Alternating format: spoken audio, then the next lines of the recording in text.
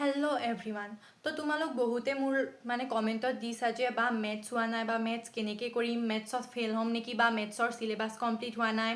বা মেথছত ভাল স্ক'ৰ কৰিব নোৱাৰোঁ, চব ছাবজেক্ট হৈ গৈছে বা মেথছবোৰ ৰৈ গৈছে। এইটো মানে মেইনখিনি ষ্টুডেণ্টৰে প্ৰব্লেম যে মেথছটো হোৱা নাই বা মেথছটো কেনেকৈ কৰিম। ঠিক আছে, তো মই আজিৰ এই ভিডিঅ'টোত মেথছৰ ওপৰতে বনাইছোঁ, বা মই তাৰ ওপৰতে কিছুমান এনেকুৱা ট্ৰিপছ দিম বা তোমালোকক কিছুমান এনেকুৱা ট্ৰিক্স দিম যিবোৰ তোমালোকে ইউজ কৰি এতিয়া যোনটো টাইম ৰৈ গৈছে ন তাৰ পৰাও বা এইটো টাইমৰ ভিতৰতো মানে এটা ভাল স্ক'ৰ কৰিব পাৰিবা। ঠিক আছে, কোনো চিন্তা নাই, ভাল স্ক'ৰ কৰিব পাৰিবা যদি তোমালোকে এই টিপছবোৰ ফ'ল' কৰি যোৱা। কাৰণ ময়ো একো পঢ়া ষ্টুডেণ্ট নহয়, ময়ো ক্লাছ 10ত থাকোঁতে একো পঢ়া নাছিলোঁ, বাট মই মানে মেথছটো প্ৰি ফাইনেলৰ পাছতহে কৰিবলৈ আৰম্ভ কৰিছিলোঁ। হ'লেও মই মেথছত এটা ভাল স্ক'ৰ কৰিছিলোঁ বা মোৰ মেথছত লেটাৰ আহিছিলে, সেইটো বাৰু বেলেগ কথা। আৰু যদিও তোমালোকে এইটো 7 দিনতো যদি ধৰা ভালদৰে কৰা তেতিয়াও বহুত টাইম আছে। ঠিক আছে, কিন্তু তোমালোকে এইবোৰ মানে ট্ৰিপছবোৰ ফ'ল' কৰা আৰু যোনবোৰ আমাৰ ইম্পৰ্টেণ্ট সেইবোৰ ভালদৰে চাব লাগিব। তো মই আজি তোমালোকৰ ওচৰত এনেকুৱা কিছুমান টিপছবোৰ শ্বেয়াৰ কৰিম বা এনেকুৱা কিছুমান কথাবোৰ শ্বেয়াৰ কৰিম যিটো মই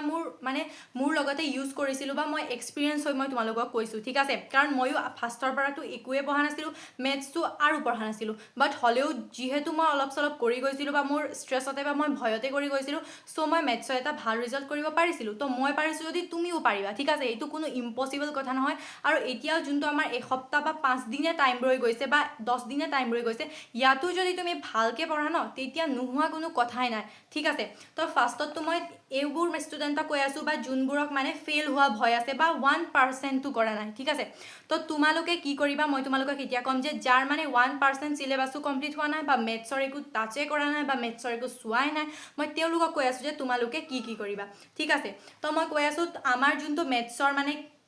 কিতাপত এই 6টা যোনটো চেপ্টাৰ আছে এইটো চাই লোৱা। ঠিক আছে, মই চেপ্টাৰৰ নামবোৰ কৈ আছোঁ। বহুপদ, ফাৰ্ষ্টত আহিছে বহুপদ, দুটা চলকত ৰৈখিক সমীকৰণ, পৰিসংখ্যা, সমান্তৰ প্ৰগতি, পৃষ্ঠকালি আৰু আয়তন আৰু ত্ৰিকোণমিতি। ঠিক আছে, মই 6টা চেপ্টাৰ আৰু ৰিপিট কৰিছোঁ যে বহুপদ, দুটা চলকত ৰৈখিক সমীকৰণ, পৰিসংখ্যা, সমান্তৰ প্ৰগতি, পৃষ্ঠকালি আৰু আয়তন এণ্ড ত্ৰিকোণমিতি। তো মই এইটো মানে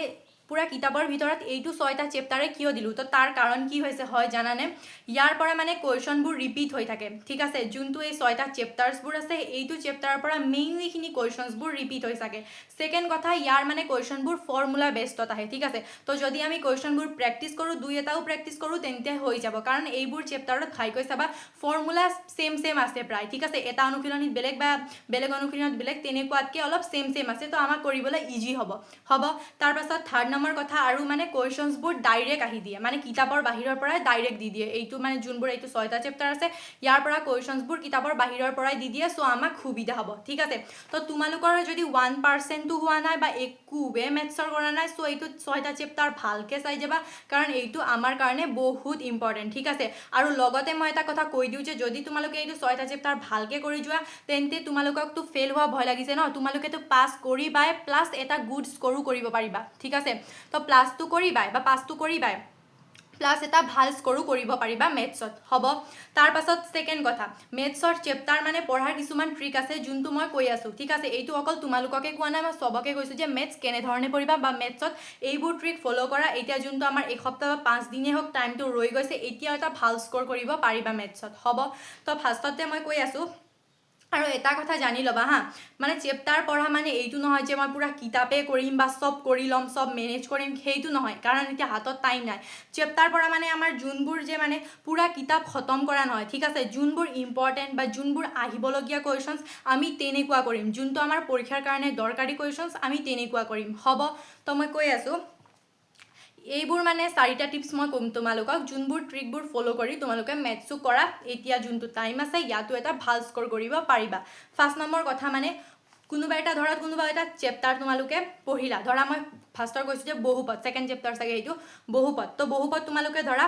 আজি পঢ়িবা বা বহুপদৰ অনুশীলনীবোৰ কৰিবা। তো তোমালোকে কি কৰিবা, বহুপদ চেপ্টাৰটো ওলালা, ফাৰ্ষ্টততো তোমালোকে চাই যাবা বা আণ্ডাৰলাইন কিতাপতে কৰিবা যে ইয়াত ফৰ্মুলা ক'ত আছে বা বা মানে মেথছ কৰোঁতে কোনবোৰ ফৰ্মুলা ইউজ হ'ব বা কোনবোৰ টাইপৰ ফৰ্মুলা আমাৰ MCQত আহিব ঠিক আছে তো ফৰ্মুলা তোমালোকে হাইলাইট বা আণ্ডাৰলাইন কৰিলা তাৰপাছত এটা পেজত কি কৰিবা ফৰ্মুলাবোৰ লিখি যাবা এতিয়া আৰু এটা কথা কৈ দিওঁ যে ইউটিউবত 3-4 ঘণ্টাৰ মানে ভিডিঅ' চাই একদম নকৰিবা মানে তেনেকুৱা ঠিক আছে যদি তোমালোকে এটা চেপ্টাৰকে 5-6 ঘণ্টাতে যদি 3-4 ঘণ্টাতে তাৰ জাষ্ট ভিডিঅ'হে চোৱা প্ৰেক্টিছ নকৰা তেতিয়া নহ'ব তো ফাৰ্ষ্টত কি কৰিবা মই কৈ আছোঁ এটা কোনোবা এটা চেপ্টাৰ ওলালা তাৰ যোনবোৰ মানে আমাৰ ফৰ্মুলাবোৰ আহিব সেইবোৰ ফৰ্মুলা মানে এটা মানে পেজত লিখি ল'লা ঠিক আছে যোনবোৰ মানে MCQটো আহিব পাৰে আৰু লং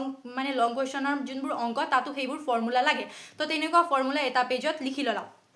তো তোমালোকৰ কি হ'ব মেথছ কৰাৰ আগতে জাষ্ট ফৰ্মুলাটো এটা পেজতে থাকিব ভালদৰে চাই যোৱা হৈ গ'ল এণ্ড ছেকেণ্ড কথা তাৰপাছত কি কৰিবা যোনটো আমাৰ কিতাপ ন যোনটো আমাৰ NCERTৰ কিতাপ থাকে সেইবোৰৰ ভালদৰে চাই ল'বা বা এক্সাম্পলবোৰ চাই ল'বা এক্সাম্পলবোৰ কেনেকুৱা আছে ঠিক আছে এক্সাম্পলবোৰ চাই ল'লা তাৰপাছত যোনটো অনুশীলনী আছে অনুশীলনী ধৰা 1.1 বা 2.1 আছে তাতে ধৰা 5টামান হেৰিটো আছে তাৰপাছত আকৌ 1-2কে দি আছে তো 1 নম্বৰৰ ধৰা 2টা কৰিলা 2 নম্বৰৰ 2টা কৰিলা তেনেধৰণে কৰিবা তেনেকৈ দুটামান কৰিলা তাৰপাছত কি কৰিবা যোনটো কুৱেশ্যন বেংক আছে কুৱেশ্যন বেংক বা টেষ্ট পেপাৰটো আছে চাগে তাৰ পৰা চাবা যে PYQ কুৱেশ্যন তেনেকুৱা টাইপৰ যোনবোৰ PYQ কুৱেশ্যন আছে সেইবোৰ ওলাই ল'লা আৰু ছেম তেনেকুৱা টাইপৰে সেইটোৱে ফৰ্মুলা ইউজ কৰি 2-4টামান কৰিলা তেনেকুৱা কৰিলে কি হ'ব ৰিভিজন হ'ব প্লাছ চেপ্টাৰো তোমাৰ কমপ্লিট হয় একেবাৰতে প্লাছ PYQবোৰো কৰিলা তুমি একেবাৰতে ঠিক আছে লগতে যোনবোৰ আমাৰ সেইবোৰ ৰিলেটেড যোনবোৰ MCQ আছে সেইবোৰো ট্ৰাই কৰিবা মানে বা সেইবোৰো কৰিবলৈ ট্ৰাই কৰিবা তেতিয়া কি হ'ব তোমাৰ PYQ কুৱেশ্যন হৈ গ'ল চেপ্টাৰ হৈ গ'ল অনুশীলনী হৈ গ'ল এক্সাম্পল হৈ গ'ল প্লাছ MCQ হৈ গ'ল ঠিক আছে একেবাৰতে চব তোমাৰ কমপ্লিট হৈ যাব তো তেনেকুৱা কৰিলে মানে একেবাৰতে হৈ যায় আকৌ পঢ়িব নালাগে জাষ্ট এবাৰ ৰিভিজন কৰিলে হৈ গ'ল ঠিক আছে এইটো আছিল 2 নম্বৰ কথা আকৌ 3 নম্বৰ কথাটো হ'ল মানে 7-8টা ইম্পৰ্টেণ্ট মানে কুৱেশ্যনছবোৰ সদায় প্ৰেক্টিছ কৰিবা সেইটো কেতিয়াও নাপাহৰিবা মানে যোনটো আজি চেপ্টাৰ পঢ়িলা ৰাতি শুৱাৰ আগত ধৰা তাৰ কুৱেশ্যনছবোৰ ওলালা প্ৰেক্টিছ কৰিলা হৈ গ'ল ইমানে কৰা হৈ যাব ইমান বেছি কৰিব নালাগে আৰু কৰি থকা ফাৰ্ষ্টত ইজি কৰিবা তাৰপাছত টান লৈ যাবা চ' তুমি মটিভেট থাকিবা তেতিয়া আৰু কৰিবলৈ ইচ্ছা যাব ঠিক আছে এণ্ড 4 নম্বৰ কথা কেলকুলেশ্যনছবোৰ ক্লিন ৰাখিবা আৰু এটা মষ্ট ইম্পৰ্টেণ্ট কথা কওঁ আমি কি কৰোঁ মানে মেথছ কৰোঁ স্কিপ কৰি দিওঁ ন মাজতে মানে যোনটো আমাৰ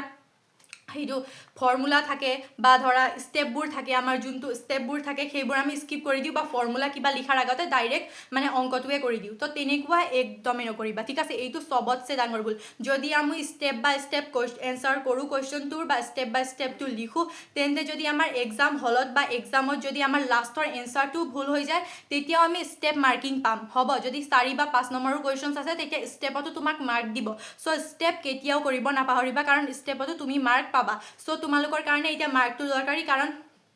কিছুমান ষ্টুডেণ্টৰটো ফেইল হোৱাও ভয় লাগি আছে চ' ষ্টেপটো একদমেই নাপাহৰিবা কাৰণ ষ্টেপ মাৰ্কিঙো থাকে ঠিক আছে তো এই কথা মানে এইবোৰ কথা ভালদৰে মনত ৰাখি চলিবা মেথছৰ এক্সাম ভাল হ'ব তো যদি ইমানত মানে যদি এক্সামত ধৰা এনচাৰটো ভুল হৈ গ'ল হা এক্সামত ধৰা তুমি কোনোবা এটা কুৱেশ্যনছৰ এনচাৰ কৰিলা ধৰা 6-7 নম্বৰ আছিলে বা 5-6 নম্বৰৰ কোনোবা কুৱেশ্যনছৰ এটা এনচাৰ ভুল কৰিলা বাট তুমি যদি ষ্টেপটো কৰিছা এণ্ড লাষ্টৰ এনচাৰটোহে ভুল হৈছে তেতিয়াও তুমি মাৰ্কছ পাবা কিন্তু যদি তুমি ষ্টেপে নাই লিখা বা ষ্টেপে মানে ভুল কৰা তেতিয়া মাৰ্কছ নাপাবা চ' ষ্টেপটো বহুত দৰকাৰী সেইকাৰণে মই কৈছোঁ যে ষ্টেপবোৰ ভালদৰে কৰিবা হ'ব